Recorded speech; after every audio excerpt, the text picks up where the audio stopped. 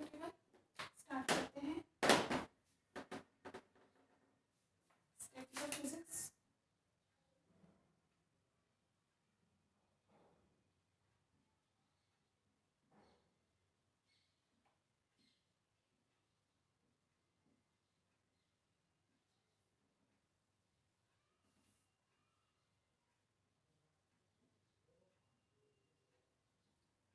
Unit 4।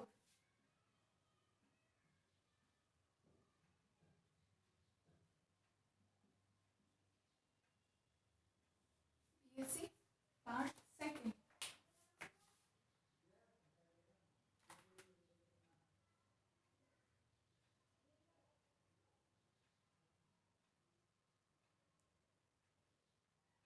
ठीक है, तो आप लोग को अभी तक में ऐसी कोई दिक्कत तो नहीं आ रही, समझ में आ रहा है? सिलेबस आप लोग का ऑलमोस्ट बिल्कुल कंप्लीट होने जा रहा है। बस लास्ट 2-3 हमारे टॉपिक्स रह रहे हैं। उसके बाद ठीक है, हम देखेंगे कोई और अगर ऐसा टॉपिक लगा जो कि छूट गया हो, सिलेबस में करवाने की ज़रूरत रही हो, वो मैं देख लूँगी, तो वो मैं आप लोग को बता दूँगी। बाकी ऑलमोस्ट जहाँ तक यही कोशिश की गई है कि सारे के सारे टॉपिक आप लोगों के कवर हों। ठीक है, जो टॉपिक इवन आप लोगों के कोर्स में है या फिर नहीं है, वो सारे टॉपिक हमने कवर करने की कोशिश की है।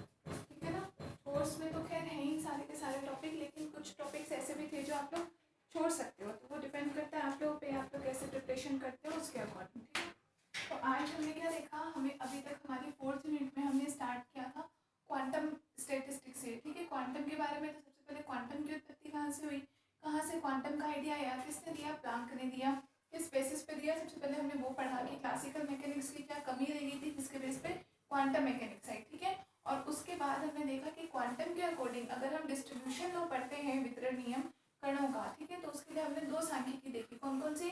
फर्मी-डिराक स्टैटिस्टिक्स और एक मैक्सवेल बोस-आइंस्टीन स्टैटिस्टिक्स। ठीक है, दोनों में मेन डिफरेंस क्या था? दोनों डिपेंड हो रही थी स्पिन पर, कि फंडामेंटल पार्टिकल्स को किसके बेस पे अपन डिस्ट्रीब्यूट कर सकते हैं, उनके स्पिन के बेस पे। एक हाफ इंटीजर जिनकी स्पिन हो और एक जिनकी स्पिन कैसी हो, इंटीजर होती हो, अर्धपूर्णांक होती हो, पूर्णांक होती हो, तो उनके बेस पे 2 बेसिस पे बांटा, बोसोन्स और फर्मियोन्स। उन दोनों पे बेस अपन ने स्टैटिस्टिक्स देखा और उन दोनों के अपन एक तरह से एक एप्लीकेशन पार्ट देख लिया। जैसे बोस-आइंस्टीन का हमने एप्लीकेशन पार्ट देखा, प्लांक का रेडिएशन लो। ठीक है, प्लांक रेडिएशन लो, हालांकि वहाँ से हमें एक फॉर्मूला मिला बड़ा ही अच्छा सा प्लांक के रेडिएशन का, जो इम्पोर्टेंट भी है। सेम हमने कल क्या देखा था, कल हमें किसकी वैल्यू निकाली थी, ईएफ की वैल्यू हमने निकाली थी। फ्री इलेक्ट्रॉन थ्योरी के अकॉर्डिंग हमने देखा, इलेक्ट्रॉन गैस के बारे में हमने पढ़ा। वो एक तरह से क्या था, वो आपका फर्मी-डिराक स्टैटिस्टिक्स का एप्लीकेशन पार्ट था कि फ्री गैस मतलब इलेक्ट्रॉन गैस की मतलब इलेक्ट्रॉन गैस की तरह बिहेव करने लगता है किस कंडीशन में, जब वो फ्री हो जाएगा। तो कल हमने कौन सी एप्लीकेशन यूज़ किया था, फर्मी-डिराक स्टैटिस्टिक्स का यूज़ किया था, और लास्ट में हमने वहाँ से ईएफ की वैल्यू भी फाइंड आउट की थी। ठीक है ना, तो ये ईएफ की वैल्यू जो लास्ट में फाइंड आउट की, इंपॉर्टेंट है। एक आध बार आपका इस पर न्यूमेरिकल भी आया हुआ है, जिसमें आपको डायरेक्ट फॉर्मूला भी पता होना चाहिए। क्लियर है, स्टैटिक्स का ये पार्ट अपना हो गया कंप्लीट। अब नेक्स्ट हम आज इसमें पढ़ेंगे ताप यानी उत्सर्जन। नेक्स्ट टॉपिक हेडिंग डालिए, ताप यानी तापयनिक उत्सर्जन।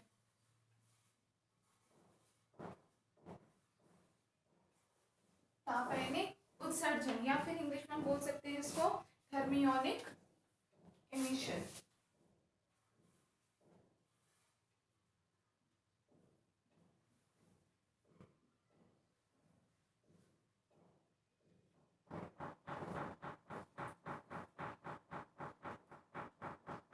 थर्मियोनिक एमिशन, ताप यानी उत्सर्जन। तो सबसे पहले तो इस आप क्या समझ रहे हो इससे, ताप यानी उत्सर्जन का मतलब क्या है?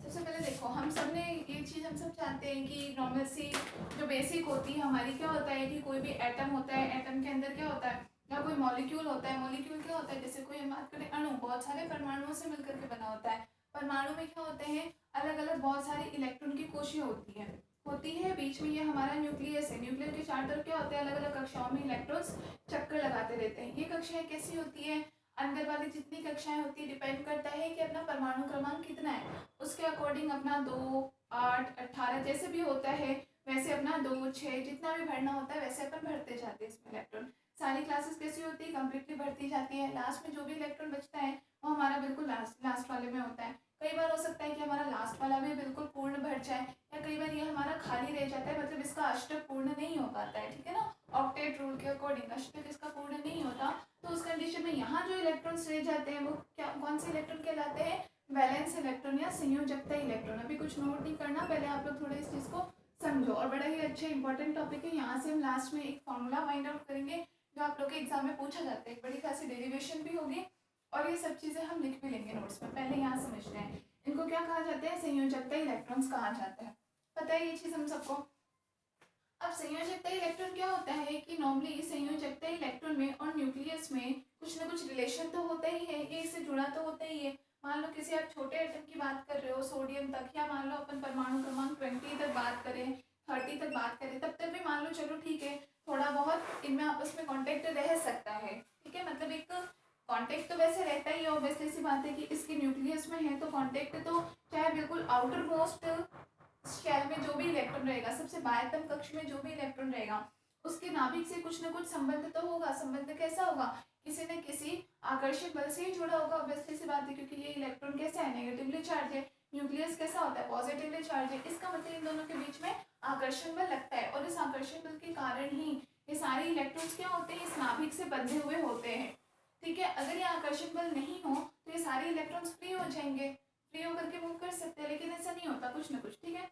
अब जैसे मान लो हम थोड़ी बात करते हैं 20-30 तक बात करें, तो यहाँ तक भी मान लो थोड़ा बहुत इनमें आकर्षण बल कुछ ना कुछ मतलब मान एक थोड़ा कंसीडर करने लायक मान रह जाता है, ठीक है। लेकिन अगर हम 30 के अबव जाते हैं, 40, 50, 60, कितने सारे होते हैं हमारे पास एटम्स, तो खूब सारे, ठीक है। जब उनका परमाणु क्रमांक बढ़ता है, जैसे मरकरी ले लो, मरकरी का परमाणु क्रमांक होता है 80, ठीक है। अब आप उसमें भरना शुरू करो, 2, 8, 18, जितने भी आप उसके अकॉर्डिंग उसमें भरना शुरू करोगे इलेक्ट्रॉन्स, तो लास्ट वाले में मान लो हो सकता है कि हमारा ऑक्टेट कंप्लीट हो जाए या ऑक्टेट कंप्लीट ना भी हो, लेकिन लास्ट ऑर्बिट में हमारा जो भी इलेक्ट्रॉन स्थित होगा उसके नाभिक से दूरी कितनी ज़्यादा बढ़ जाएगी, 80 तक आप जाओगे तो नाभिक से इसकी दूरी बहुत ज़्यादा बढ़ जाती है। ऐसी कंडीशन में क्या होता है, आकर्षण बल होता तो है लेकिन बिल्कुल नगण्य के बराबर होता है, बिल्कुल नेग्लिजिबल होता है, क्लियर है, वो बहुत ज़्यादा मानने लायक नहीं होता, क्योंकि ऑफकोर्स इतनी ज़्यादा डिस्टेंस बढ़ जाएगा तो नहीं लगा पाता। दूसरी चीज़ यहाँ पे फिर एक इफेक्ट और आ जाता है, आप लोगों ने कभी पढ़ा हो, शील्डिंग इफेक्ट, शील्डिंग इफेक्ट इसको कहते हैं, या हिंदी में इसको कहते हैं परिरक्षण प्रभाव।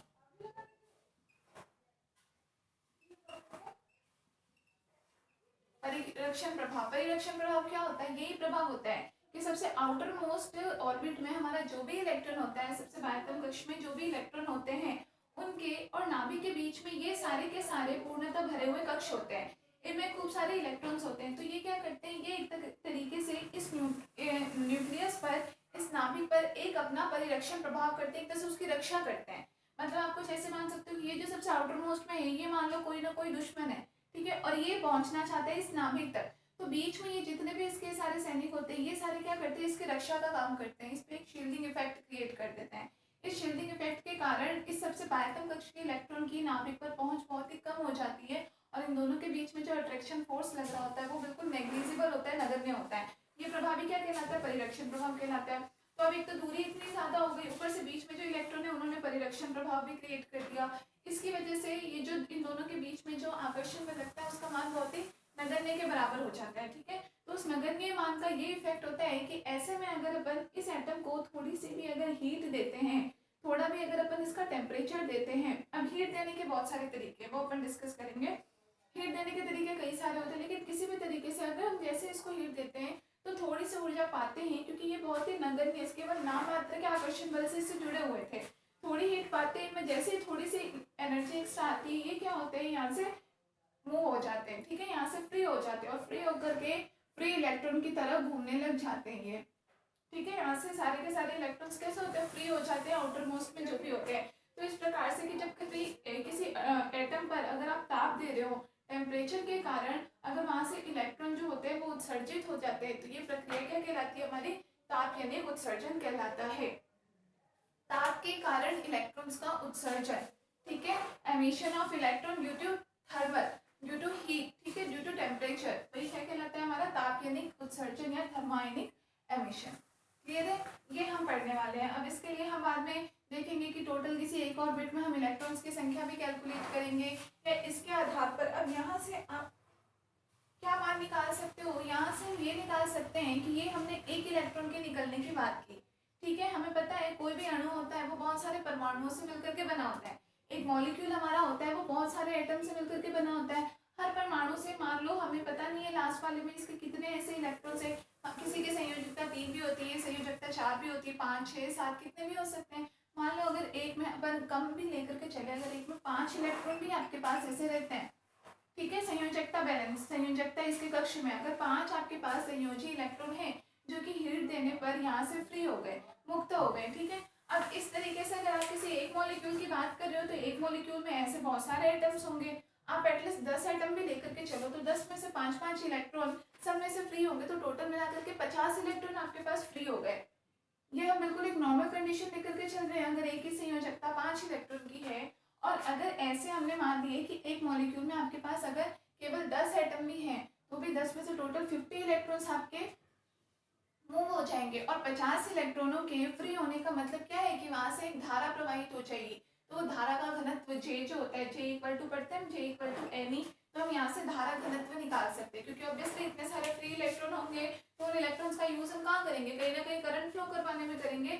इसका मतलब करंट बहुत इजीली फ्लो हो सकती है यहाँ से, तो वो करंट का घनत्व कितना है, धारा घनत्व, वो J की वैल्यू हम कैलकुलेट कर सकते हैं, ठीक है। तो यहाँ से आपको दिख रहा होगा J की वैल्यू कैलकुलेट करने के लिए क्या कैलकुलेट करना जरूरी है, n कि इलेक्ट्रॉन्स की संख्या कितनी है जो फ्री होगी। तो इसका हम कैलकुलेशन करेंगे कोई पर्टिकुलर एक मॉलिक्यूल लेकर के। हमने अभी पीछे जो भी हमने किया जैसे थर्मोडायनेमिक्स, सॉरी जैसे हमने मैक्सवेल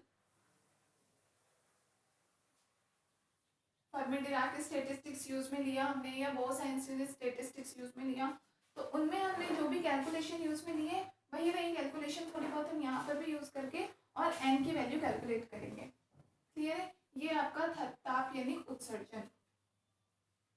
अब इसमें पहले थोड़ी सी थ्योरी लिखो आप लोग।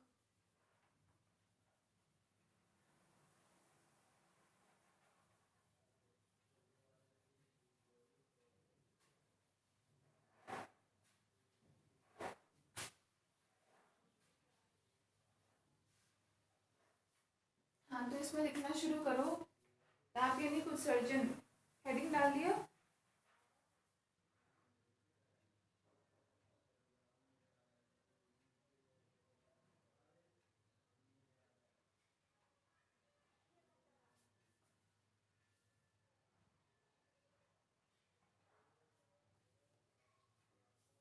ठीक है, इसमें एक और कॉन्सेप्ट, या फिर चलो पहले थोड़ा लिखते हैं फिर जब वो कॉन्सेप्ट आएगा तब हम डिस्कस करेंगे। तो आप लोग पॉइंट डाल करके लिखते जाओ, फर्स्ट पॉइंट एरो डाल करके लिखते जाओ, पॉइंट लिखो फर्स्ट।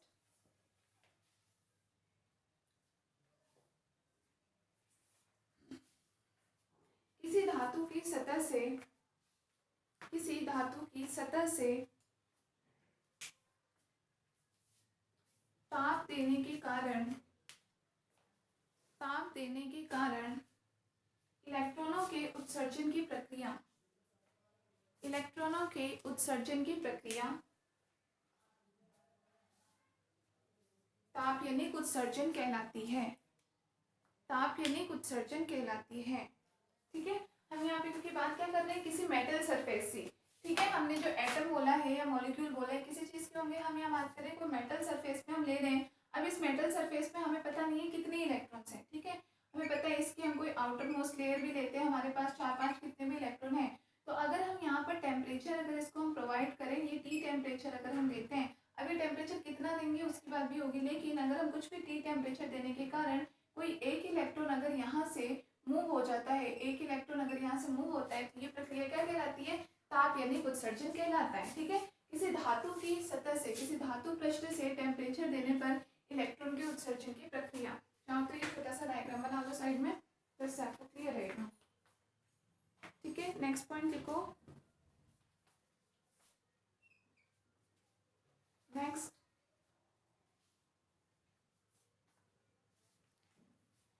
हम सब यह जानते हैं, हम सब यह जानते हैं कि किसी भी धातु के, किसी भी धातु के इलेक्ट्रॉन, किसी धातु के इलेक्ट्रॉन पूर्णतः स्वतंत्र नहीं होते, पूर्णतः स्वतंत्र नहीं होते, तथा वह धातु के धातु के परमाणुओं के नाभिक से व धातुओं के परमाणुओं में स्थित नाभिक से किसी आकर्षण बल के द्वारा परिबद्ध होते हैं।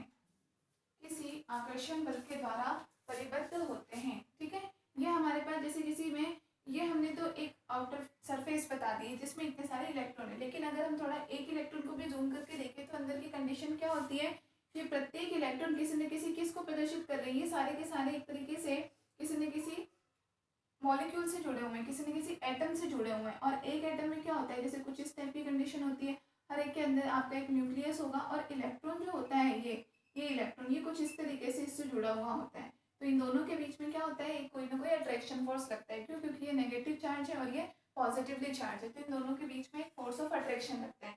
ये कंडीशन होती है, इसमें से हर एक इलेक्ट्रॉन की इंटरनल स्ट्रक्चर होती है ये क्लियर है, जुड़ा होता है उससे। नेक्स्ट पॉइंट लिखो,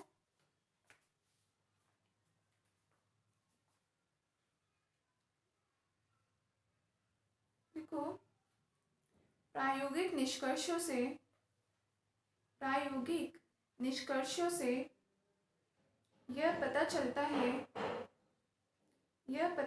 है कि कोई भी धातु उसमें उपस्थित इलेक्ट्रॉनों का उत्सर्जन तब तक नहीं कर सकती जब तक कि उसका ताप आवश्यक रूप से बढ़ा ना दिया जाए। Full stop. नेक्स्ट लाइन से लिखो, अर्थात सामान्य ताप जो इलेक्ट्रॉनों के पास उपस्थित रहता है वह इलेक्ट्रॉनों को इतनी आवश्यक ऊर्जा प्रदान नहीं कर सकता। सामान्य ताप जो इलेक्ट्रॉनों के पास उपस्थित रहता है वह इलेक्ट्रॉनों को इतनी आवश्यक ऊर्जा प्रदान नहीं कर सकता कि इलेक्ट्रॉन उस आकर्षण बल से मुक्त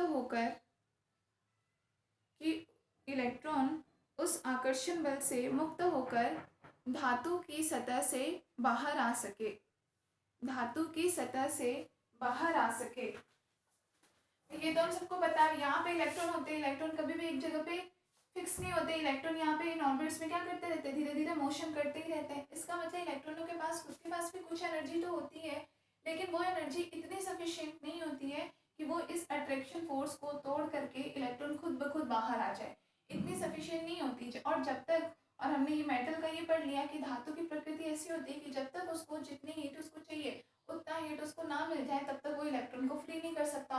और इलेक्ट्रॉन के खुद के पास जितनी एनर्जी है वो उसमें कितना भी जोर लगा ले लेकिन वो उससे बाहर नहीं जा सकता। इसका मतलब ज़रूरी क्या है कि हम किसी न किसी फॉर्म में इसको टेम्परेचर प्रोवाइड करवाएं धातु को। जब हम इसको एक्स्ट्रा टेम्परेचर प्रोवाइड करवाएंगे तब जा करके इलेक्ट्रॉन को इतना सफिशिएंट एनर्जी मिल जाएगा कि वो इस बाउंड को तोड़ करके और बाहर आ जाएगा। क्लियर है? नेक्स्ट पॉइंट लिखो, फर्मी डिराक सांख्यिकी के अनुसार फर्मी डिराक आप लोग शॉर्ट में लिख लिया करो इसको FD स्टैटिस्टिक्स या FD सांख्यिकी। तो आप लोगों को थोड़ा शॉर्ट में, बाबा पूरा नाम मत लिखा करो। देखो, फर्मी डिराक सांख्यिकी के अनुसार परम शून्य ताप पर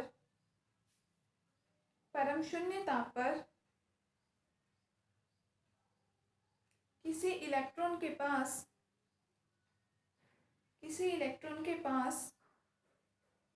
उपस्थित ऊर्जा उसकी अधिकतम ऊर्जा होती है। परम शून्य ताप पर इलेक्ट्रॉन के पास उपस्थित ऊर्जा उसकी अधिकतम ऊर्जा होती है जो कि फर्मी ऊर्जा EF के बराबर होती है, जो कि फर्मी ऊर्जा EF के बराबर होती है तथा ताप बढ़ाने से EF में कोई परिवर्तन नहीं होता। ताप बढ़ाने से EF में कोई परिवर्तन नहीं होता। क्लियर है? फर्मी एनर्जी हमने किसको कहा था कि अगर ये हम बात कर रहे हैं कि टोटल यहाँ पर इलेक्ट्रॉन्स की T बराबर 0 एब्सोल्यूट टेम्परेचर पे हम बात करें परम शून्य ताप पर, तो हम ये मानेंगे कि इसमें इतने सारे कुछ कक्ष हैं जहाँ पर कोई भी इलेक्ट्रॉन उपस्थित है। ठीक है, हमने मान लिया यहाँ पर इलेक्ट्रॉन हमारा उपस्थित है। तो अगर हम T बराबर 0 केल्विन पर बात कर रहे हो तो इस इलेक्ट्रॉन की ऊर्जा कैसी होगी? मैक्सिमम ऊर्जा होगी किसके बराबर? EF के बराबर। और फर्मी एनर्जी हम किसको बोलते हैं? उसी को बोलते हैं कि जब हमारे पास क्या हो, ये इलेक्ट्रॉन अब जहाँ उपस्थित है इससे नीचे तक जितने भी ऑर्बिट्स होंगे वो सारे इसका मतलब कैसे होंगे? कंप्लीटली भरे हुए होंगे, और इससे ऊपर के जितने भी आपके ऑर्बिट्स होंगे वो कंप्लीटली कैसे होंगे? खाली होंगे। तो इस कंडीशन में इस इलेक्ट्रॉन की एनर्जी, ये ऊर्जा हम क्या कहलाते हैं? ये ऊर्जा स्थिर क्या कहलाता है? फर्मी ऊर्जा स्थिर कहलाता है कि अधिकतम कहाँ तक इलेक्ट्रॉन ऑक्यूपाई हो सकता है उसकी संभावना एक तरीके से फर्मी एनर्जी कहलाती है। T बराबर 0 केल्विन पर इस इलेक्ट्रॉन की ऊर्जा किसके बराबर होगी? फर्मी ऊर्जा के बराबर होती है। ठीक है, नेक्स्ट पॉइंट लिखो। चूंकि सामान्य ताप पर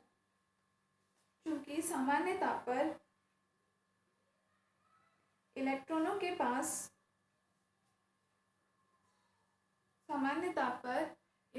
के पास फर्मी ऊर्जा EF होती है। ठीक है, तो अभी जो हमने बात की थी कि इलेक्ट्रॉन के पास भी जो खुद की कुछ ना कुछ एनर्जी होती है, तो नॉर्मल टेम्परेचर पे वही एनर्जी, कौन सी एनर्जी होती है? अब हमें पता चला कि वो फर्मी एनर्जी होती है। अगर हम एक नॉर्मल टेम्परेचर पर बात कर रहे हैं, वो एनर्जी कितनी होती है? फर्मी एनर्जी होती है। लिखो कोमा, जो कि इलेक्ट्रॉन को धातु पृष्ठ से बाहर निकालने के लिए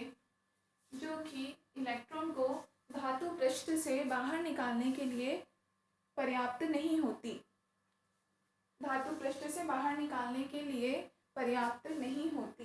ठीक है, अभी जो हम बात कर रहे थे कि इलेक्ट्रॉन के पास खुद के पास जो एनर्जी होती है नॉर्मल कंडीशन में, वो इतनी सफिशिएंट नहीं होती कि इलेक्ट्रॉन खुद से बाहर आ जाए। तो वो एनर्जी कौन सी है? फर्मी एनर्जी EF के बराबर होती है।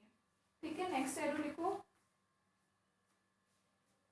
मुक्त इलेक्ट्रॉन थ्योरी से फ्री इलेक्ट्रॉन थ्योरी, जिसको हम बोलते हैं मुक्त इलेक्ट्रॉन सिद्धांत। लिखो, मुक्त इलेक्ट्रॉन सिद्धांत के अनुसार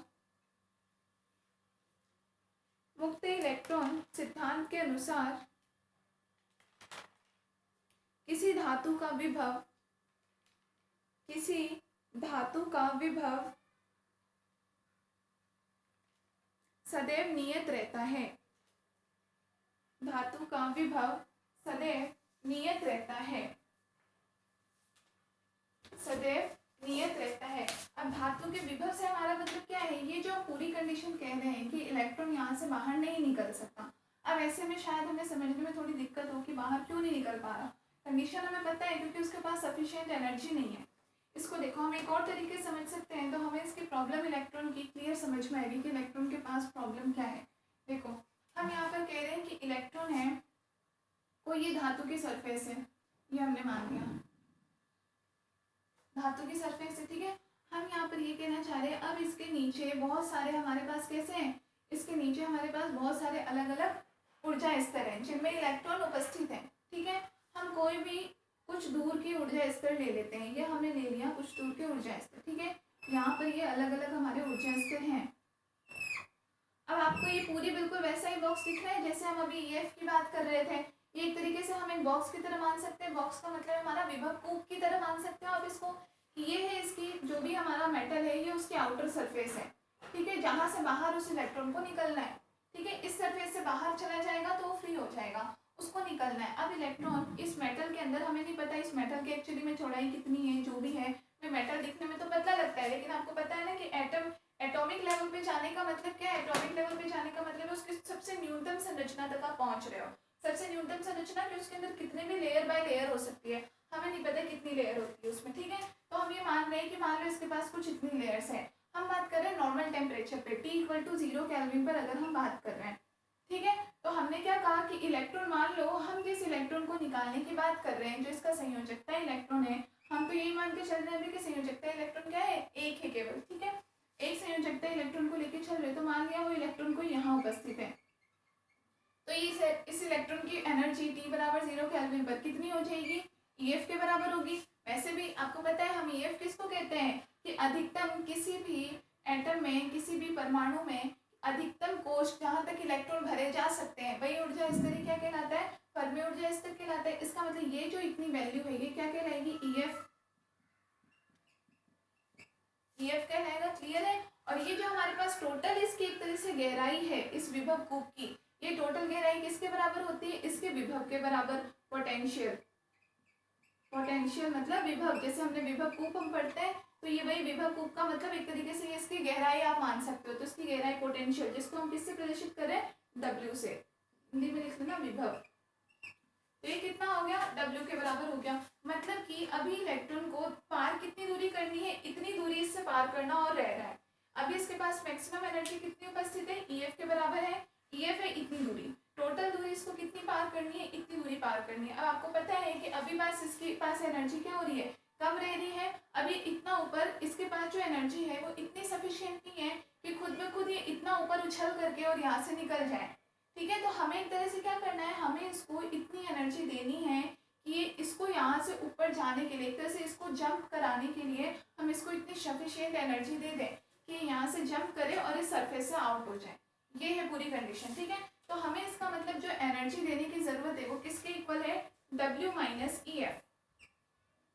W टोटल इसकी एनर्जी है, टोटल इसका विभव है। और हमने क्या कहा, फ्री इलेक्ट्रॉन थ्योरी के अकॉर्डिंग कि किसी मेटल का जो विभव होता है ये ऑलवेज कांस्टेंट होता है, तो आप विभव में कोई चेंज नहीं कर सकते, विभव कांस्टेंट के बराबर है, ठीक है। अभी इलेक्ट्रॉन के पास नॉर्मल टेम्परेचर पर एनर्जी कितनी है, EF के बराबर है। इसको कितनी और एनर्जी की जरूरत है, तो आप W माइनस EF कर लो, इतनी ऊर्जा ही तो रह रही है, ये टोटल है W, ये है EF, इतनी जो ऊर्जा रह रही है इतनी की ही इसको जरूरत है। अगर हम इतनी एनर्जी प्रोवाइड करवा दें कि इलेक्ट्रॉन हमारा यहाँ से इन सारे ऑर्बिट्स को पार करके और इस जगह पर पहुंच जाए, तो बस ये जंप कर जाएगा यहाँ से, क्लियर है। ये इस इलेक्ट्रॉन की प्रॉब्लम है, अभी इसके पास मान लो इतनी ऊर्जा नहीं है, बिल्कुल चल नहीं सकता ये अपनी जगह से, ये अपनी जगह पर फिक्स हो गया है। तो हमें बस इसको यहाँ से जंप करवाना है, तो जो चल नहीं सकता उसको जंप कराना है आपको, तो उसके लिए तो आपको बहुत एनर्जी देनी पड़ेगी। इसका मतलब आपको कुछ एक्स्ट्रा एफर्ट करना पड़ेगा। उसके पास जितनी एनर्जी है वो इतनी उसके पास सफिशिएंट नहीं है कि वो खुद ब खुद यहाँ से जंप लगा करके और बाहर निकल जाए, तो हम यहाँ एनर्जी देंगे, क्लियर है। कितनी एनर्जी देंगे, तो वो एनर्जी इक्वल हो W माइनस EF। अगर हम कर दें तो जितना इन दोनों का डिफरेंस है उतनी एनर्जी आप इसको दे दो तो इस इलेक्ट्रॉन का काम हो जाएगा। तो इन दोनों का डिफरेंस क्या कहलाता है, इसको हम फाई से प्रदर्शित करते हैं, ये कहलाता है हमारा कार्यफलन। फाई क्या है यहाँ, कार्यफलन, वर्क फंक्शन। किन दोनों का डिफरेंस है कार्यफलन, विभव और फर्मी ऊर्जा का, दोनों का डिफरेंस क्या कहलाता है, कार्यफलन, वर्क फंक्शन।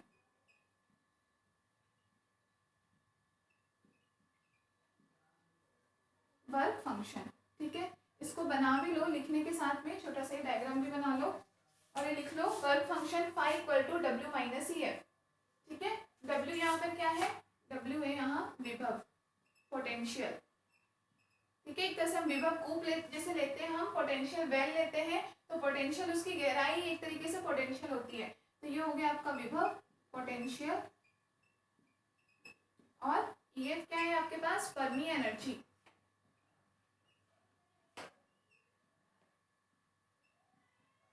फर्मी ऊर्जा, बना लो डायग्राम। नेक्स्ट पॉइंट लिखो, नेक्स्ट पॉइंट लिखो, यहाँ W नियत विभव है, यहाँ W नियत विभव है, तथा इलेक्ट्रॉन की वह न्यूनतम ऊर्जा है, इलेक्ट्रॉन की वह न्यूनतम ऊर्जा है जितनी, जो कि इलेक्ट्रॉन को धातु पृष्ठ से बाहर आने के लिए आवश्यक है। कि मिनिमम अगर W जितनी एनर्जी होती है इस इलेक्ट्रॉन के पास, EF और एनर्जी इलेक्ट्रॉन के पास, इसकी जगह अगर इसकी एनर्जी इस पोटेंशियल W के इक्वल होती तो इलेक्ट्रॉन हमारा बाहर चला जाता, ठीक है। तो यहाँ W क्या है, W आपका नियत विभव है तथा इलेक्ट्रॉन की वह न्यूनतम ऊर्जा है जो कि धातु पृष्ठ से बाहर आने के लिए आवश्यक है, धातु पृष्ठ से बाहर आने के लिए आवश्यक है। Full stop. देखो, विभव तथा फर्मी ऊर्जा स्तर का अंतर, विभव तथा फर्मी ऊर्जा स्तर का अंतर कार्यफलन कहलाता है, कार्यफलन कहलाता है, जिसे हम फाई से प्रदर्शित करते हैं, जिसे हम फाई से प्रदर्शित करते हैं, जिसे हम फाई से प्रदर्शित करते हैं। तो अब इलेक्ट्रॉन की प्रॉब्लम आप लोगों को अब समझ में आ गई होगी कि इलेक्ट्रॉन इस गड्ढे में गिर गया है, कुआं है ये, एक तरीके से पोटेंशियल वेल है, इस कुएं में गिर गया है, इसको यहाँ से निकलने के लिए जरूरी है अभी कितनी गहराई तक चलेगा, जितनी एनर्जी थी उससे ये कुछ गहराई तक तो ऊपर तो आ गया, फिर भी कुएं की टोटल गहराई तो कितनी है, W के बराबर है। तो इसको ऊपर लाने के लिए हमें कुछ ना कुछ उसको सहारा देंगे हम, तब जाकर के वहां से बाहर आ पाएगा, ठीक है। वो सहारा हम किस फॉर्म में देंगे, अब हम आगे करेंगे, टेम्परेचर देने के फॉर्म में करेंगे, ठीक है। नेक्स्ट पॉइंट लिखो, जब धातु को गर्म किया जाता है, जब धातु को गर्म किया जाता है, या ब्रैकेट में लिख लेना, ताप दिया जाता है, ताप दिया जाता है,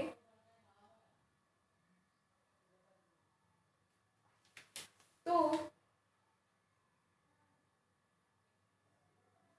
मुक्त इलेक्ट्रॉनों के पास, मुक्त इलेक्ट्रॉनों के पास तापीय ऊर्जा, तापीय ऊर्जा प्राप्त हो जाती है, मुक्त इलेक्ट्रॉनों के पास तापीय ऊर्जा प्राप्त हो जाती है।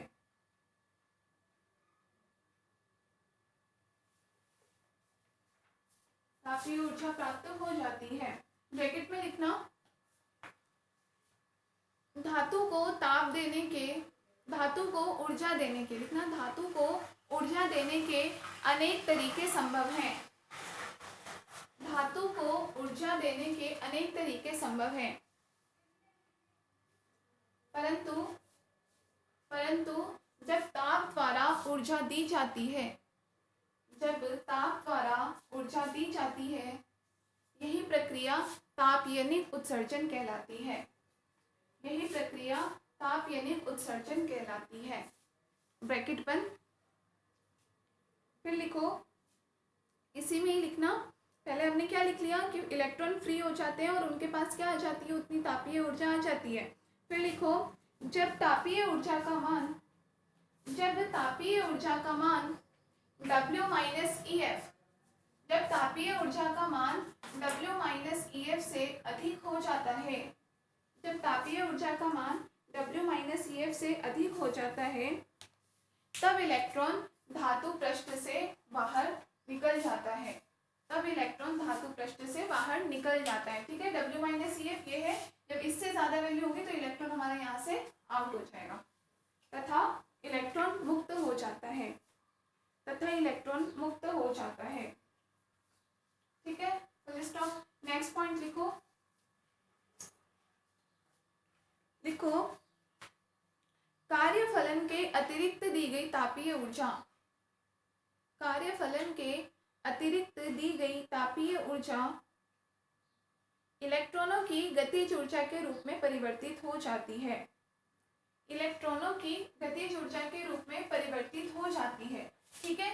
इसका मतलब समझे, W माइनस EF हमने कहा कि जब इसकी, अभी इससे फर्स्ट पॉइंट में हमने क्या कहा कि जब इसकी एनर्जी W माइनस EF, मतलब ये फाई हमारा कार्यफलन ही तो है W माइनस EF, कि जब इस फाई से ज्यादा हो जाती है तो इलेक्ट्रॉन हमारा मूव हो जाता है, क्लियर है। अब फाई से ज्यादा एनर्जी आपने दी तो वो एनर्जी गई कहाँ, तो हमने अभी क्या कहा नेक्स्ट पॉइंट में कि जब कार्यफलन से एक्स्ट्रा आपने जितना भी एनर्जी दिया है वो एनर्जी किसके रूप में परिवर्तित हो जाएगी, इलेक्ट्रॉन की गतिज ऊर्जा के रूप में, ठीक है। मतलब एग्जांपल के लिए आप ये मानो कि फाई जो आपको जितनी एनर्जी की रिक्वायरमेंट है, आपको मान लो 40 इलेक्ट्रॉन वोल्ट एनर्जी चाहिए, हमें 40 इलेक्ट्रॉन वोल्ट एनर्जी चाहिए इलेक्ट्रॉन को यहाँ से जंप करवाने के लिए। हमने मान लो अगर ताप, हमने तो टेम्परेचर दिया, टेम्परेचर बिल्कुल फिक्स अमाउंट में नहीं हो सकता है, थोड़ा टेम्परेचर से ज़्यादा हो गया, हमने मान लो इसको कितना दे दिया 100 इलेक्ट्रॉन वोल्ट, आपने इसको टेम्परेचर दे दिया, इसका एनर्जी आपने इतनी ज़्यादा बढ़ा दी, तो अब 40 तो यहाँ तक आने में यूज़ में आ गई, जो बाकी की 60 इलेक्ट्रॉन वोल्ट बच गई वो कहाँ गई, तो वो इस इलेक्ट्रॉन को यहाँ से बाहर जाने के लिए इसकी गतिज ऊर्जा के रूप में परिवर्तित हो जाएगी।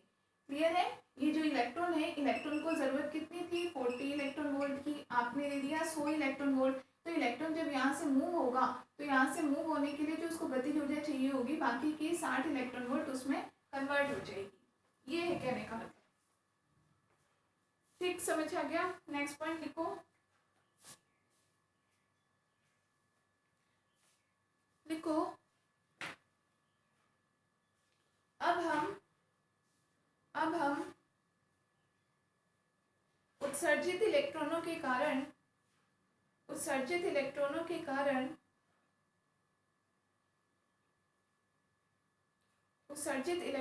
कारण प्राप्त हुई उत्सर्जन धारा घनत्व, उत्सर्जित इलेक्ट्रॉनों के कारण प्राप्त हुई उत्सर्जन धारा घनत्व की गणना करते हैं। ठीक है, अब हम करंट डेंसिटी, ये हमारी थ्योरी यहाँ तक में कंप्लीट हो गई, जो भी हम कहना चाह रहे थे। अब अपन कैलकुलेट करेंगे, जे कैलकुलेट करना है कि कितने इलेक्ट्रॉन्स यहाँ से इस तरीके से फ्री होंगे। फ्री कराने का प्रोसेस समझ में आ गया। एनर्जी ज़्यादा हो जाएगी तो किस में कन्वर्ट हो जाएगी, उसकी काइनेटिक एनर्जी में, तो इलेक्ट्रॉन वहाँ से मूव हो जाएगा। क्लियर है इतना? अब हम कैलकुलेट करेंगे कि ये जे की वैल्यू कितनी हो, इसकी धारा घनत्व कितनी होगी।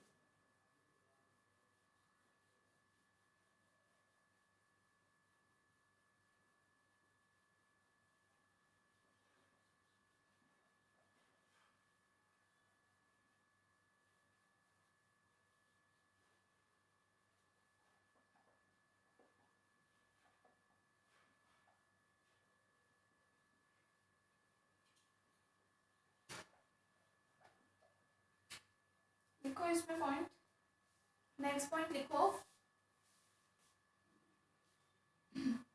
मुक्त इलेक्ट्रॉन मॉडल में फ्री इलेक्ट्रॉन मॉडल उसको कहते हैं। अब हिंदी में आप लिखना चाहो तो उसको मुक्त इलेक्ट्रॉन मॉडल कह लो। ठीक है, फ्री इलेक्ट्रॉन थ्योरी आप सबने पढ़ी होगी, वही होता है। लिखो, मुक्त इलेक्ट्रॉन मॉडल के अनुसार, मुक्त इलेक्ट्रॉन मॉडल के अनुसार किसी धातु में उपस्थित इलेक्ट्रॉन, किसी धातु में उपस्थित इलेक्ट्रॉन V आयतन में स्वतंत्र रूप से गति कर सकते हैं। हमने माना है कि टोटल जिस वॉल्यूम में इलेक्ट्रॉन फ्री होकर मूव करेंगे वो आयतन कितना मान लिया, V आयतन में स्वतंत्र रूप से गति करते हैं। Full stop. लिखो, फर्मी डिराक सांख्यिकी के अनुसार, फर्मी डिराक सांख्यिकी के अनुसार प्रति एकांक आयतन में तथा संवेग परास, तथा एक तो प्रति एकांक आयतन V तथा संवेग परास P व P प्लस dP, संवेग परास P व P प्लस dP के मध्य उपस्थित इलेक्ट्रॉनों की संख्या किसके अकॉर्डिंग, फर्मी डिराक के अकॉर्डिंग, जो हमने कल पढ़ी, क्या वैल्यू पढ़ी थी, Dn इक्वल टू जी को हम मान लेते हैं GS से हम यहाँ प्रदर्शित करते हैं। क्यों, अभी आपको पता चल जाएगा। ठीक है, इनटू में वैल्यू हमारे पास क्या आई थी, 4 पाई P स्क्वायर इंटू dP आया था। कल देखो हमने फाइनली DN की वैल्यू क्या निकाली थी, GS इंटू 4 पाई P square into dP upon h cube. ठीक है, इंटू में क्या आ रहा था, 1 upon exponential E minus EF upon KT plus 1। ये वैल्यू आई थी हमारे पास, E minus EF upon KT plus 1, यही आया था। GI हल हमने किया था, उसमें आपको कंफ्यूजन है तो हमने इस फॉर्म में किया था, G को हमने यहाँ पर GI के फॉर्म में लिखा था। फाइनल DN की वैल्यू हमारे पास यही आ रही थी, कणों की संख्या 4 पाई P square dP upon h cube. अब ये वैल्यू यहाँ पर फर्मी डिराक स्टैटिक्स के यूज करके हम लिख रहे हैं, तो इन सांख्यिकियों का यही एक अनुप्रयोग भी कह सकते हो आप। ठीक है, यहाँ पर भी तो आपको ये फॉर्मूला अब डायरेक्ट याद होना चाहिए। अब आप इसको भी पीछे से डिराइव करने चाहोगे तो प्रॉब्लमेटिक हो जाएगी, यहाँ आपको डायरेक्ट लिखना पड़ेगा फर्मी डिराक सांख्यिकी से। ठीक है, दूसरी बात, यहाँ GI की वैल्यू कुछ भी हो सकती है। GI आप लोग जानते होंगे, पढ़ा होगा, लेनदेन गुणांक हम इनको बोलते हैं। दो प्रकार का होता है, GL भी होता है और GS भी होता है।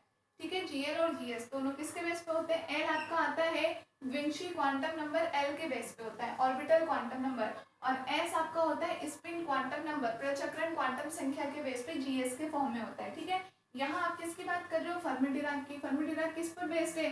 इलेक्ट्रॉनों के स्पिन पर बेस्ड है, इसलिए हम G यहाँ पे किस फॉर्म में ले रहे हैं? GS के फॉर्म में। अब समझ में आ गया? GI की वैल्यू, GI क्या होता है? लेनदेन गुणांक होता है। यहाँ आप लिख भी सकते हो, यहाँ GS क्या होता है? लेनदेन गुणांक।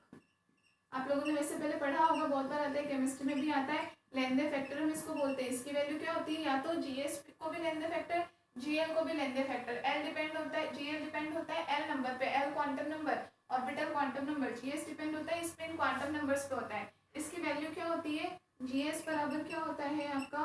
2s+1। 2s+1 होता है। यहाँ आप क्या यूज में ले रहे हो? फर्मी-डिराक सांख्यिकी। फर्मियन और फर्मियनों की स्पिन कितनी होती है? जैसे हम इलेक्ट्रॉन की बात करें, स्पिन कितनी होती है इलेक्ट्रॉन की? 1/2। तो ये हो जाएगा 2 × 1/2 + 1, मतलब कि आपके पास इसकी वैल्यू कितनी आ जाएगी? 2।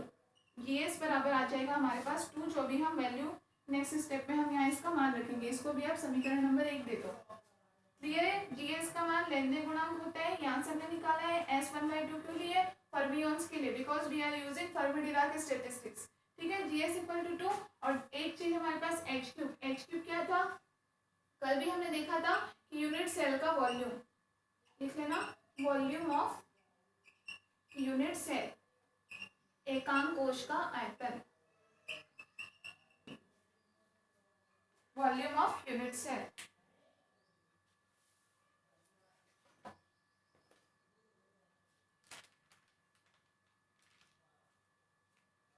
लिख लिया? तो यहाँ पर वैल्यू डाल देते हैं। GS की वैल्यू 2 यहाँ डाल देंगे तो हमारे पास नेक्स्ट क्या वैल्यू आ जाएगी? dn = हो जाएगा 2/H³। ठीक है, 4π p² × dp upon e⁻ upon kT + 1। Equation number 2 EF लिख लो। ठीक है,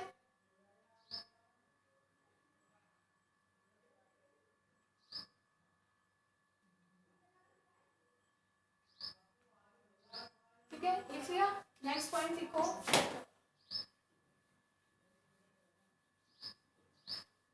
अब यहाँ हमने इलेक्ट्रॉनों को क्या कहा? हमने ये इलेक्ट्रॉन की संख्या किस रेंज में ली है? आयतन V में। हमने ये कहा कि फ्री इलेक्ट्रॉन थ्योरी के अकॉर्डिंग किसी भी एटम के, जो किसी धातु के इलेक्ट्रॉन्स किस में होते हैं? किसी भी आयतन में मूव करने के लिए फ्री होते हैं, और उनकी संवेग परास क्या होती है? P से P + dp। P से P + dp में कहीं भी स्थित हो सकते हैं वो। ठीक है, तो यहाँ से हम नेक्स्ट पॉइंट क्या लिख सकते हैं?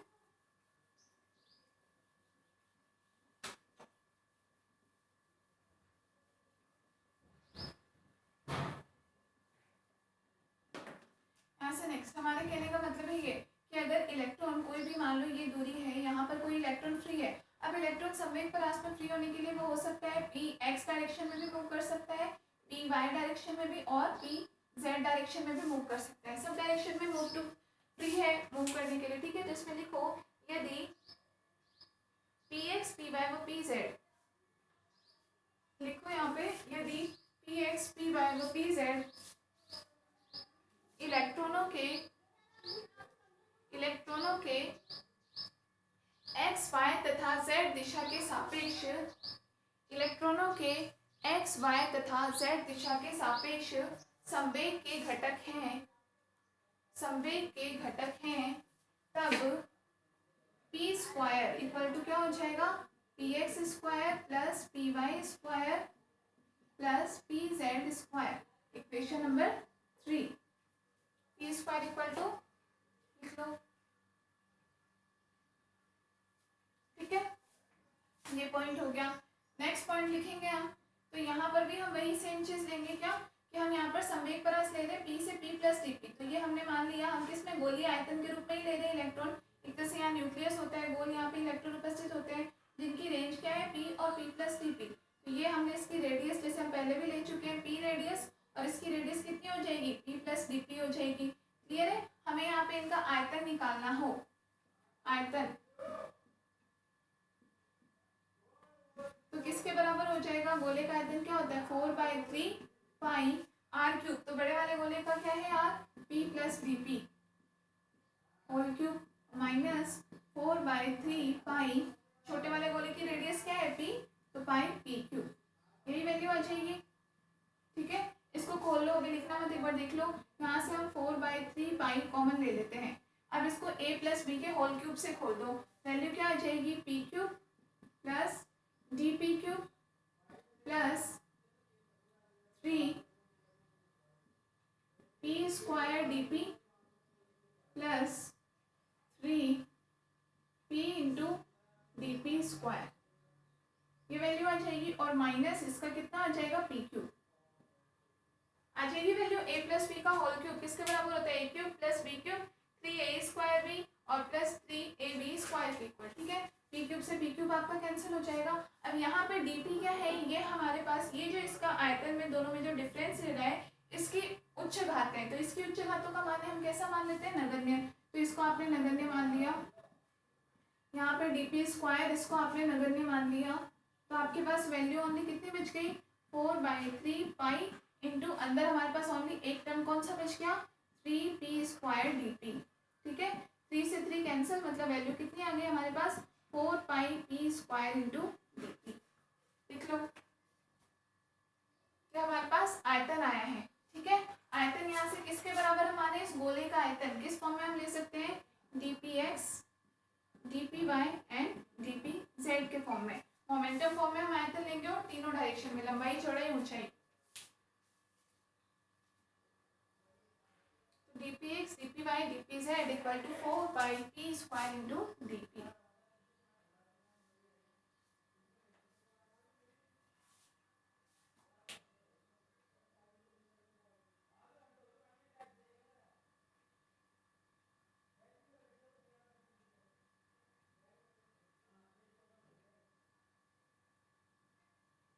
ठीक है, तो हम यहाँ पे इसकी वैल्यू डाल देते हैं क्वेश्चन नंबर 2 में।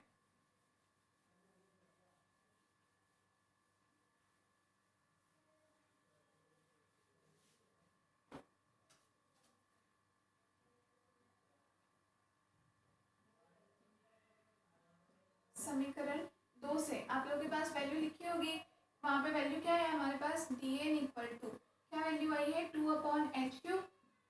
ठीक है, इंटू में आया हमारे पास 4πp square into D P, upon में आया है e की power e minus ef upon k T plus 1।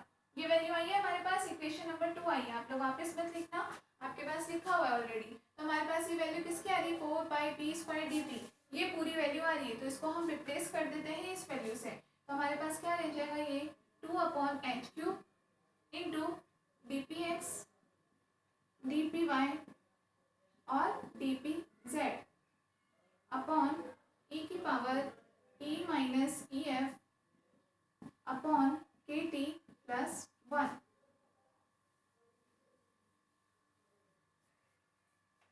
Clear है, हमने यहाँ पे क्या किया, वैल्यू डाल दी। इसको आप नाम दे दीजिए कोई, ये dn equal to equation number 3 हो गया, 4 होगी, जो भी हो। नेक्स्ट आप इक्वेशन नंबर दे दो।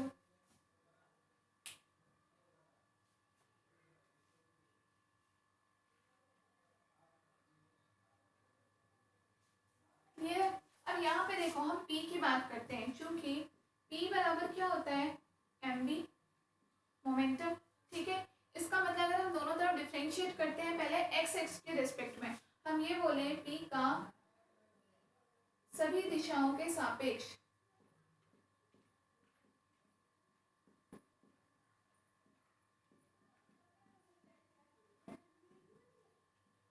अवकलन करने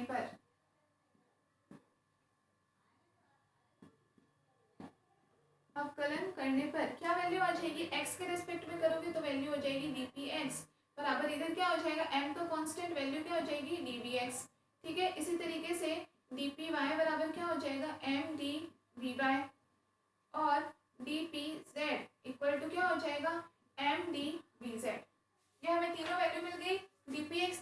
और dpz की, और इन तीनों की वैल्यू हम कहाँ डाल देते हैं, इक्वेशन नंबर 3 में पुट कर देते हैं। तो देखो यहाँ पे इक्वेशन 3 हमें क्या मिल जाएगी, 3 implies dn equal to 2/h³ into में यहाँ पे ये मान रख दो इनका m dvx m dvy और m dvz। ठीक है, ये तीनों के मान रख दिए हमने, यहाँ से लास्ट में नहीं लिख रहा हूँ तो यहाँ से लिख लेना m dvz तीनों मान, और अपॉन में क्या हो जाएगा e की पावर e माइनस ई f upon k T plus 1। ठीक है, लिख दिया। यहाँ से तीनों में आप देख रहे हो m m m तीनों में आ रहा है m हम कॉमन लेकर के लिख लेते हैं, तो dn इक्वल टू हमारा क्या बन जाएगा 2m into m m cube upon h cube. ठीक है, यहाँ हमारा क्या रह जाएगा dvx dvy और dvz अपॉन में हो जाएगी e की पावर e माइनस ई f upon k T plus 1। ठीक है, इसको नाम दे दीजिए इक्वेशन नंबर 4, या अगर ये 4 हो तो ये 5। ठीक है, जो भी हो।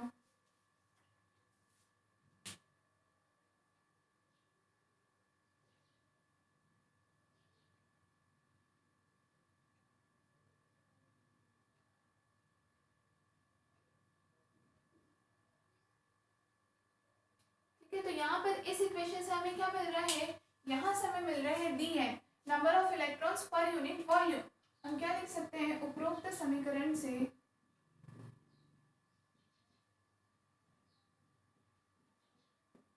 प्रति एकांक आयतन क्यों लिया है, क्योंकि h³ हमने क्या लिया है, वॉल्यूम ऑफ यूनिट सेल, एक कोश का आयतन लिया है हमने, इसलिए प्रति एकांक आयतन इलेक्ट्रॉनों की संख्या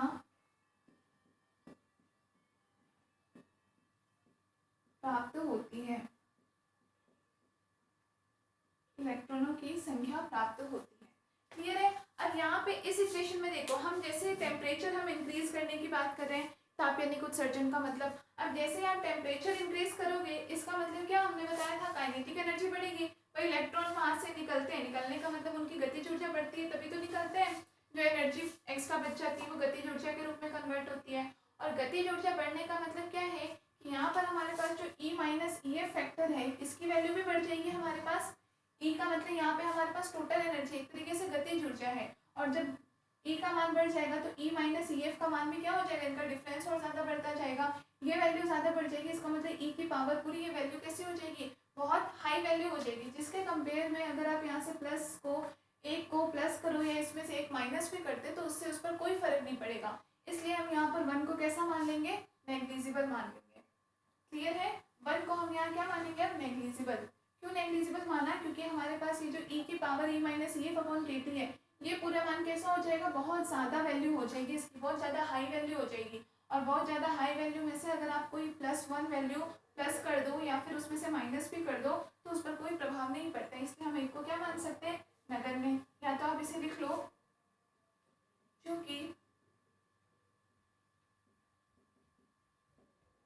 ताप बढ़ाने पर इलेक्ट्रॉन की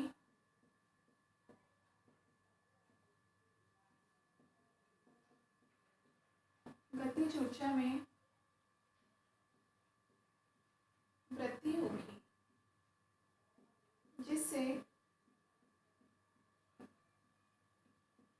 E माइनस ई एफ का मान बढ़ेगा, इम्प्लाइज E की पावर E माइनस ई एफ अपॉन के टी का मान भी बढ़ेगा, अर्थात हम +1 को नगण्य मान सकते हैं।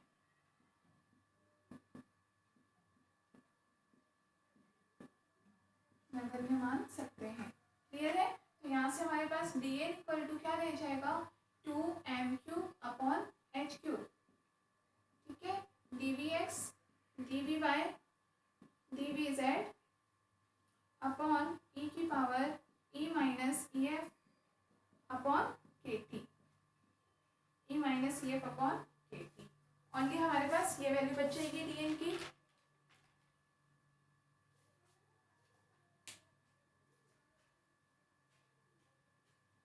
ठीक है, हम क्या करें, हम नेक्स्ट इसको, अब हमें बस ये मान हमारे पास आ गया, अब हमें थोड़ा इसको सिंप्लीफाई कर लेना है। सिंप्लीफाई कैसे करें कि इस वैल्यू को भी हम ऊपर लेकर के जाते हैं। इसको ऊपर लेके जाने का मतलब क्या हो जाएगा, ई ऊपर जाकर के इनवर्स नेगेटिव आ जाएगा। आगे नेगेटिव साइन आने का मतलब क्या है, आपके पास ये हो जाएगा माइनस का ई माइनस ई एफ हो जाएगा। क्लियर है, मतलब आप इसको क्या लिख सकते हो, ई एफ माइनस ई लिख सकते हो, माइनस को अंदर अप्लाई कर दो, ई एफ माइनस ई हो जाएगा। ठीक है, हम नेक्स्ट स्टेप में क्या करें, सबको हम एक साथ लिख देते हैं, d n equal to 2m cube upon h cube e की power e f minus e. कैसे हो गया, आप समझ में आ गया, ऊपर आ गया ये पूरा वैल्यू, और अपॉन के टी। ठीक है, और अब इसके इनटू में क्या हो जाएगा, d v x d v y and d v z. ये हमारे पास अब कंप्लीट वैल्यू हो जाएगी। क्लियर है, अब यहाँ पे हमारे पास ई एफ अलग कर लेते हैं हम। ई की पावर में दोनों होने का मतलब आप यहाँ से इनको स्प्लिट कर सकते हो, ई एफ अपॉन के टी और ई की पावर माइनस ई अपॉन के टी। तो हम यहाँ से स्प्लिटिंग कर लेते हैं आगे। ठीक है, स्प्लिटिंग करने पर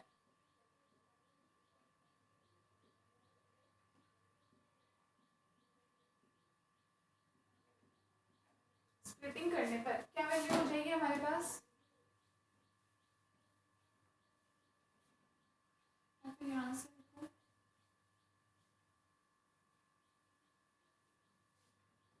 D n equal to 2m cube upon h cube. ठीक है, ई की power e f upon k t अलग कर लो, ई की power e f upon k t अलग कर लिया हमने। ठीक है, इनटू में हमारे पास क्या बच जाएगा, ई की पावर डॉट ई की पावर ई अपॉन के टी। अब यहाँ पर ई हमारे पास क्या है, काइनेटिक एनर्जी है, और काइनेटिक एनर्जी किसके बराबर होती है, 1/2 mv स्क्वायर के बराबर। तो इसलिए आप इसको mv स्क्वायर के फॉर्म में लोगे। ठीक है ना, यहाँ पे लिख लेना, चूंकि e equal to kinetic energy है।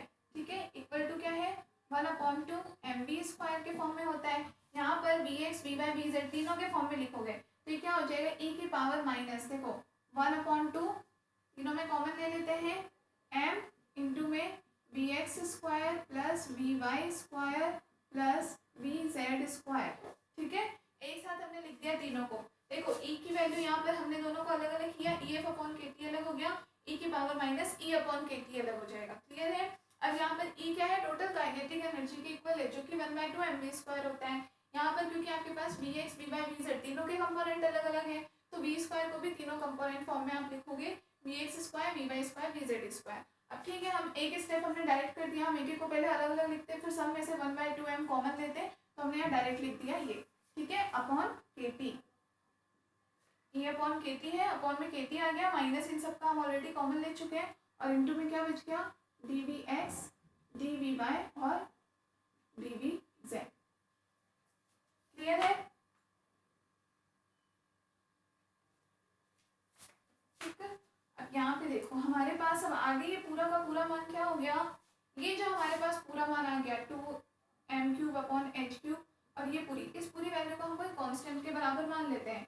तो माना a इक्वल टू हमने क्या मान लिया, 2m cube upon h cube e की power e f upon k t, ये मान लिया। तो हमारे पास डी एन इक्वल टू क्या बच गया, implies d n equal to a, ये पूरा मान a इंटू में ई की power -1/2 m v x square plus v y square plus v z square into d v x d v y and d v z.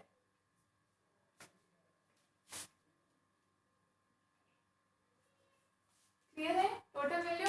अब यहाँ पर हम इनमें से हर एक मान को अलग कर सकते हैं। क्यों, आप ये देख रहे हो कि अगर आधार समान होती है तो घातें आपस में जुड़ जाती है, तो यहाँ पर भी इसका मतलब ये सारी वैल्यूज कैसे ई की पावर में रही होंगी और सबके आधार सेम थी, तो हमने उन सबकी घातों को जोड़ करके लिख दिया होगा। क्लियर है, तो हम इन सबको फिर से अलग अलग करके लिखते हैं। तो किस फॉर्म में लिख सकते हो आप इसको,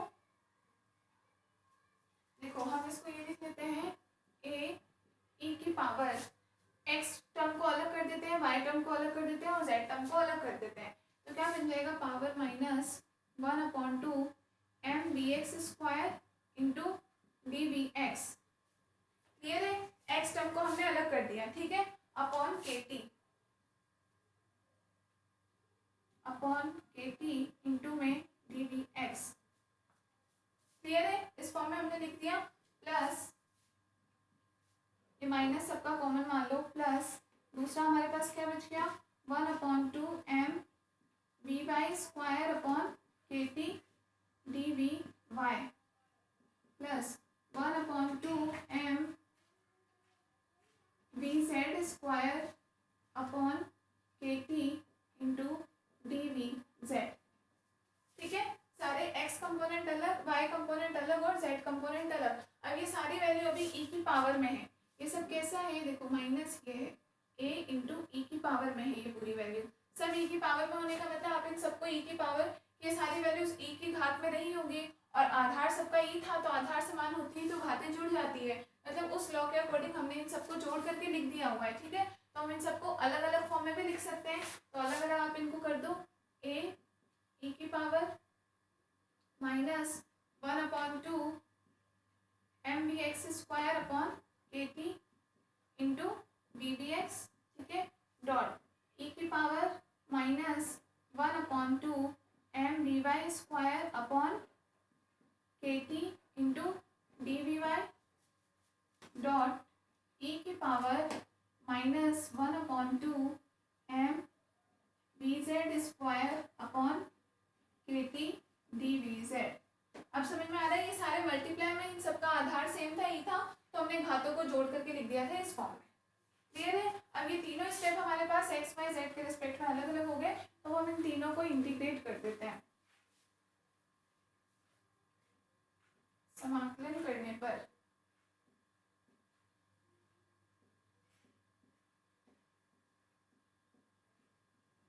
क्या हो जाएगा आपके पास, डी एन इक्वल टू ए लिख दिया। अब समाकलन कहाँ से कहाँ तक करना है ये आपको ध्यान रखना पड़ेगा कि इंटीग्रेशन इनका कहाँ से कहाँ तक हमें करना है। ठीक है, देखो फर्स्ट स्टेप हमारे पास dx का स्टेप है, इसको हमें इंटीग्रेट करना है √2w/m से इंफिनिटी तक।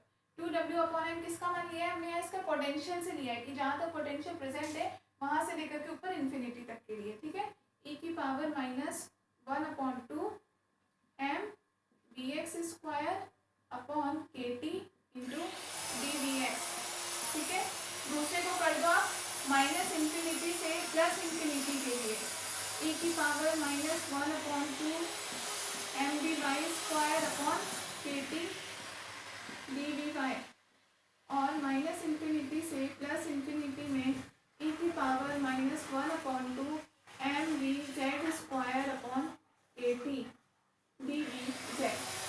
तो ये चीज़ आपको ध्यान रखनी पड़ेगी कि इंटीग्रेट फर्स्ट की लिमिट अलग है, बाकी दोनों को तो माइनस इंफिनिटी से प्लस इंफिनिटी तक में हमें करना है कैलकुलेट।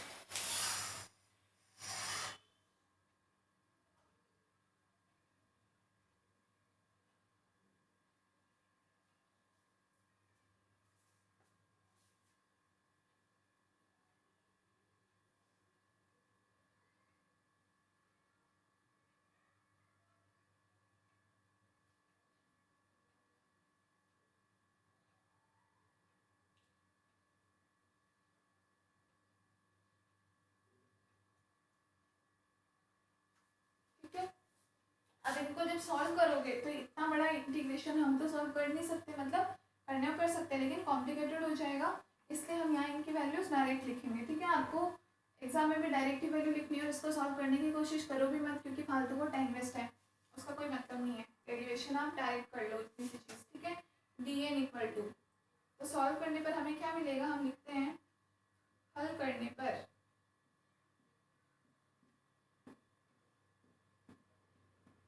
क्या हो जाएगा, डी एन इक्वल टू, यहाँ भी इंटीग्रेशन हुआ होगा डी एन, तो अब हमें यहाँ से क्या मिल जाएगा, n, n equal to a is it is, first term को हमने सॉल्व किया तो फर्स्ट टर्म की हमें वैल्यू क्या मिल गई, e की पावर, फर्स्ट टर्म की हमें वैल्यू मिल गई के टी अपॉन एम ई की पावर माइनस w/m।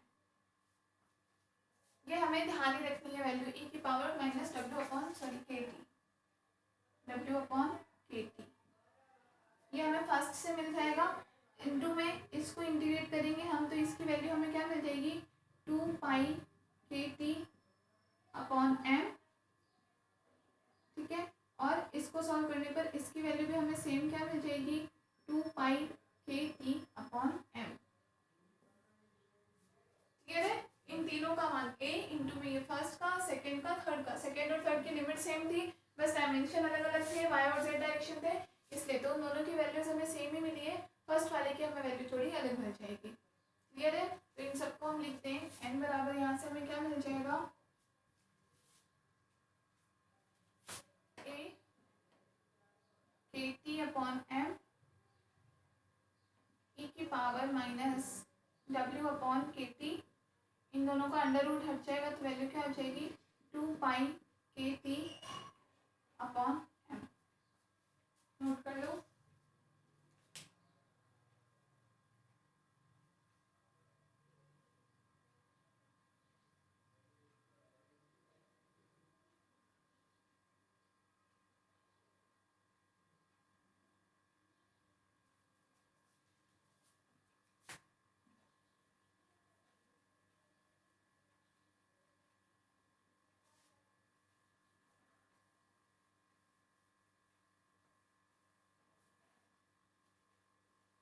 ठीक है, अब यहाँ हम a का मान और रख देते हैं।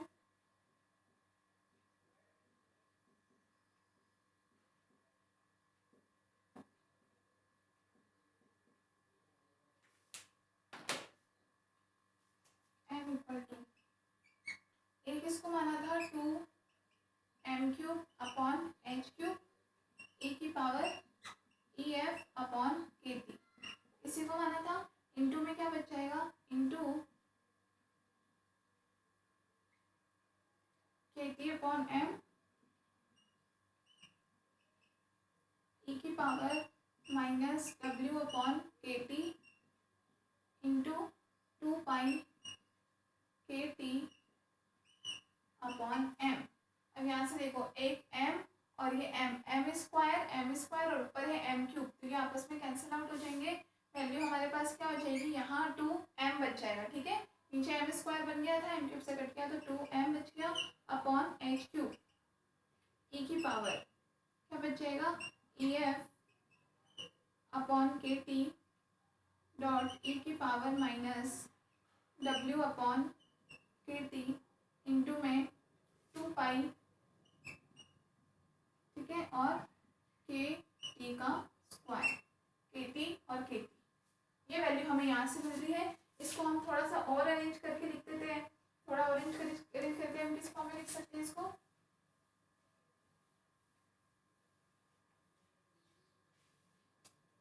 देखो n equal to 2 into 2 4 pi m, 4 pi और m ये हमने ले लिया अपॉन h क्यूब। ठीक है, के स्क्वायर ये वैल्यू इंटू में आ गई टी स्क्वायर e की पावर, यहाँ से क्या बच गया हमारे पास ई एफ माइनस डब्ल्यू अपॉन के टी। क्लियर है? ये वैल्यू बच गई हमारे पास। या इसको हम थोड़ा ये इस फॉर्म में और लिख दें 2 pi m k square upon h cube t square e की पावर, माइनस कॉमन ले लेते हैं तो क्या बच जाएगा डब्ल्यू माइनस ई एफ अपॉन के टी।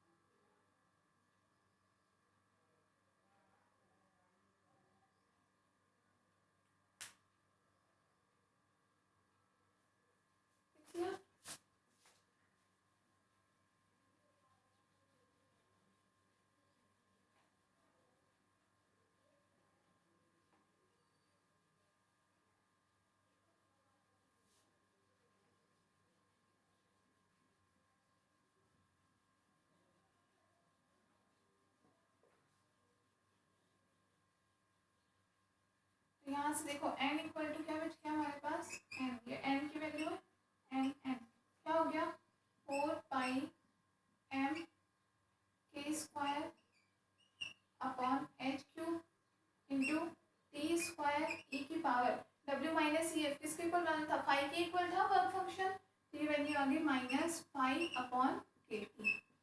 ये हमारे पास होता है इलेक्ट्रॉन्स की संख्या n, n इक्वल टू क्या आ गया हमारे पास इलेक्ट्रॉनों की संख्या। इसको इक्वेशन नंबर दे देना, जो भी इक्वेशन नंबर हो अपनी नेक्स्ट बुक।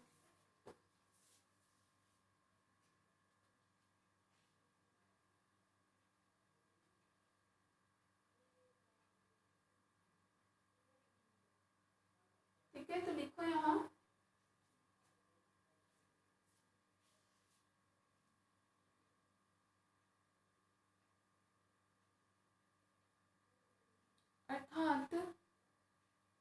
अर्थात ये स्मॉल एन इलेक्ट्रॉन, ये स्मॉल एन इलेक्ट्रॉन एकांक समय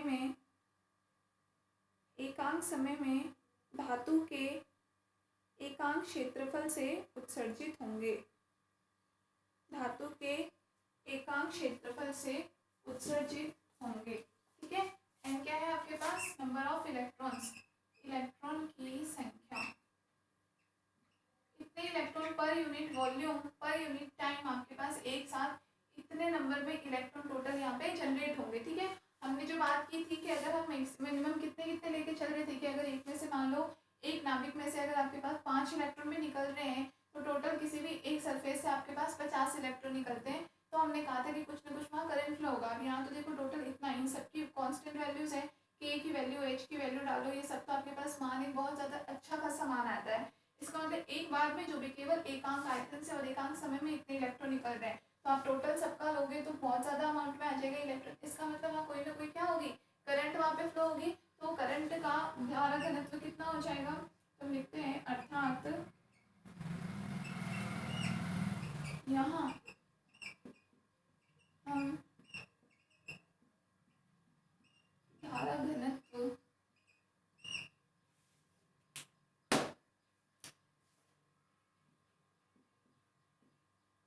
का मान ज्ञात कर सकते हैं।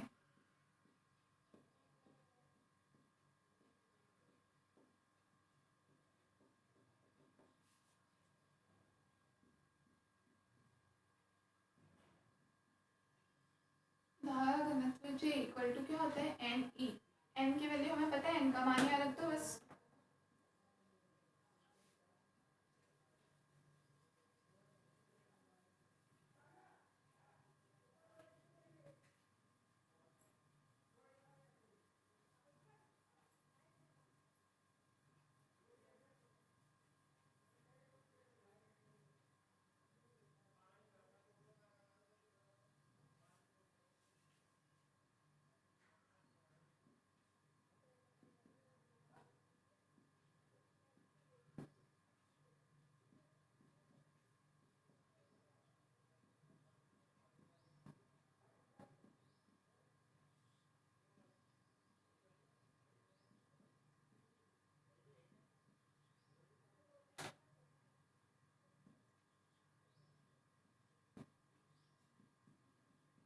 इंटू में ई। ठीक है, J बराबर हम क्या लिख सकते हैं, 4 पाई m के स्क्वायर ई upon h cube into T square. T square को अपन जानबूझ के थोड़ा अलग लेकर के चल रहे ताकि अपने को ये दूर से ही दिखे कि टी पे डायरेक्टली कैसे प्रोपोर्शनल आ रहा है, टी के स्क्वायर के प्रोपोर्शनल में आ रहा है। ठीक है, ई की power minus five upon k t. ये अपने पास किसका रिजल्ट आ गया, धारा घनत्व। किसका रिजल्ट आ गया अपने पास, धारा घनत्व का मान आ गया। क्लियर है, तो ये धारा घनत्व हमारे पास होती है और ये समीकरण क्या कहलाता है, रिचर्डसन-डशमान समीकरण। ये साइंटिस्ट ने दिया था इक्वेशन नंबर, इसको दे देना 6, ये हो जाएगी आपकी 7। धारा घनत्व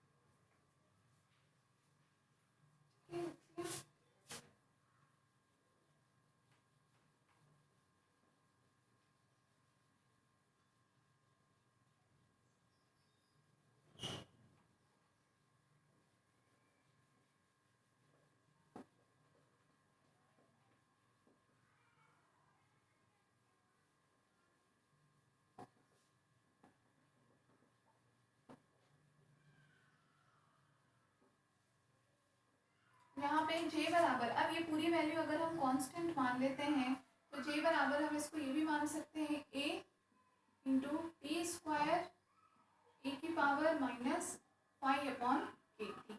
इस फॉर्म में भी हम इसको लिख सकते हैं, ठीक है, लिख देना। और इस फॉर्म में लिख सकते हैं, यहाँ A बराबर क्या है 4 pi m e k square upon h। Clear है? इक्वेशन नंबर 8, ठीक है। ये जो आपकी समीकरण 7 है, समीकरण उपयुक्त समीकरण 7 क्या कहलाती है? बड़ा स्पेशल सा नाम है, रिचर्डसन डशमान समीकरण।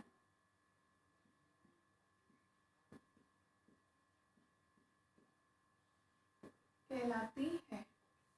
एग्जाम में ये नाम आपको ध्यान रखना है, क्योंकि एग्जाम में कई बार आपसे इक्वेशन डायरेक्टली इस नाम से पूछ लिया जाता है कि रिचर्डसन डशमान समीकरण क्या है, उसकी उत्पत्ति करो, ठीक है। आपको ये कंप्लीट पूरा करना पड़ेगा, आपको नाम से इसलिए ध्यान होनी चाहिए कि ये वाली इक्वेशन आपको फाइंड आउट करनी है। जे का मान ये इस रूप में, ठीक है। तो ये था आपका तापजनिक उत्सर्जन।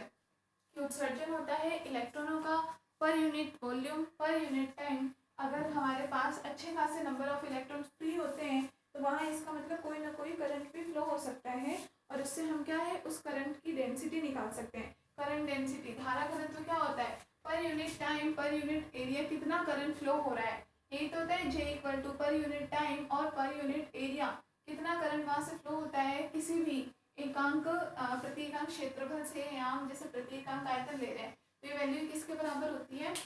धारा घनत्व J कहलाती है, J equal to N into E।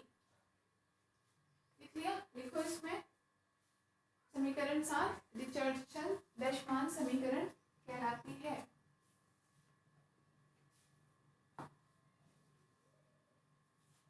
लिखो उपयुक्त संबंध के अनुसार, उपयुक्त संबंध के अनुसार कैपिटल ए, ये कैपिटल ए नियतांक है। ए क्या है? यहाँ सारी की सारी वैल्यूज तो आपको कांस्टेंट दिख रही है, ये क्या है? हमारा कोई नियतांक हमने मान लिया है। कैपिटल ए कोई नियतांक है जिसका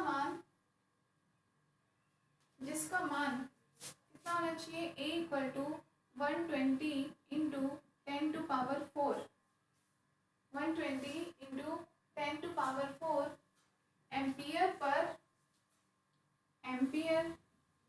पर metre square per degree square होना चाहिए। एक नियतांक है, इसका मान 120 into 10 to power 4 ampere per metre square per degree square होना चाहिए। परंतु प्रायोगिक मान इससे बहुत कम प्राप्त होते हैं। एक्सपेरिमेंटली जब हम रिजल्ट फाइंड आउट करते हैं तो जो हमें रिजल्ट मिलता है वो 120 से बहुत कम मिलता है, इससे बहुत कम प्राप्त होते हैं।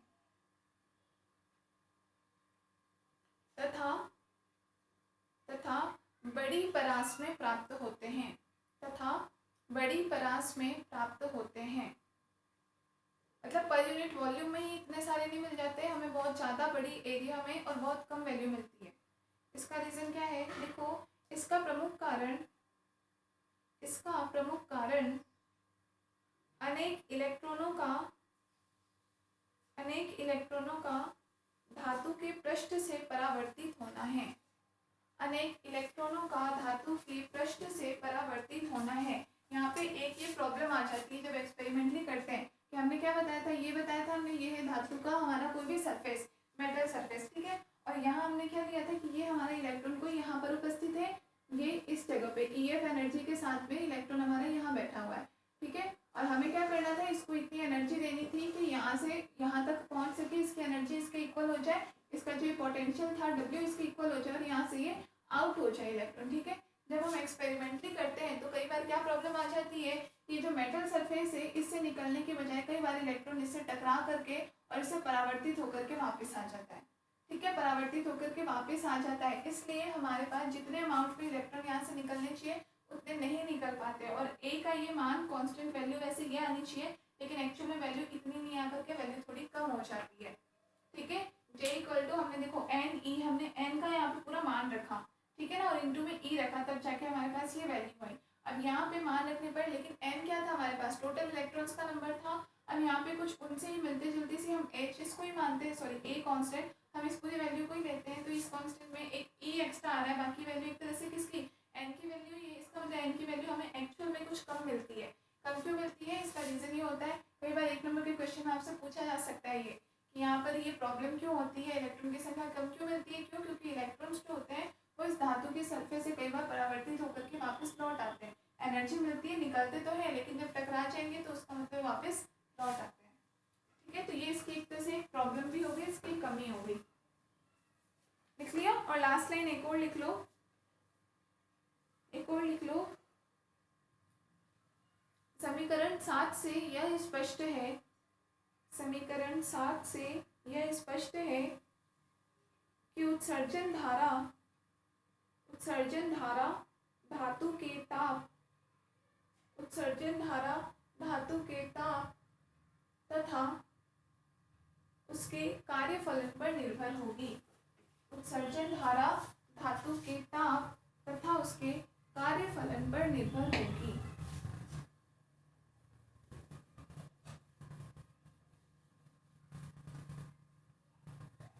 उसके कार्यफलन पर निर्भर होगी। जे प्रोपोर्शनल किसके होगा, टी स्क्वायर ए की पावर -5/kT। ठीक है, तो ये था आपका ताप यानी उत्सर्जन, इलेक्ट्रॉनों का किसी धातु के पृष्ठ से उत्सर्जन किस तरीके से होता है। यहाँ तापयनिक नाम इसका इसलिए कहा गया है क्योंकि यहाँ हम टेम्परेचर दे करके फिर उत्सर्जन करवाते हैं। हमने पहले ही कहा उसको टेम्परेचर देने के, उसको ऊर्जा देने के कई तरीके हैं। इलेक्ट्रॉन देने, इसको, इस इलेक्ट्रॉन को जो हम एनर्जी देना चाह रहे हैं उसके कई सारे तरीके होते हैं। जैसे लैब वगैरह में एक्सपेरिमेंट किया जाता है तो कई सारे प्रयोग होते हैं। जैसे कई बार इलेक्ट्रॉन बीम होती है, इलेक्ट्रॉन की किरण पुंज होती है, उससे इसको रेडिएट करो तो भी इसको इलेक्ट्रॉन मिल जाएगा, इसको एनर्जी मिल जाएगी। या और भी कुछ तरीके, हम ऐसा वैक्यूम क्रिएट करके वहाँ पे तब हम इसको एनर्जी दे सकते हैं। ठीक है ना, और भी कुछ भी तरीके हम प्रयोग कर सकते हैं। टेम्परेचर के थ्रू अगर हम करते हैं तब पूरा प्रोसेस हमारे पास ये होता है, वो क्या कहलाता है, ताप यानी उत्सर्जन कहलाता है। क्लियर है, तो ये टॉपिक हो गया आपका कंप्लीट। आपके 2-3 टॉपिक और रह रहे हैं बस इस यूनिट में, इनसे रिलेटेड कुछ एक क्वेश्चंस भी हैं आपके जो आए हुए हैं, आप लोग खुद सॉल्व कर लेना। मुझे ऐसा कोई ध्यान आएगा तो मैं आपको सॉल्व करवा दूँगी। ठीक है, देखो ये क्वेश्चन आपका 2009 में आया है, 2012 में आया हुआ है, 14 में आया है, 15 में भी आया हुआ है।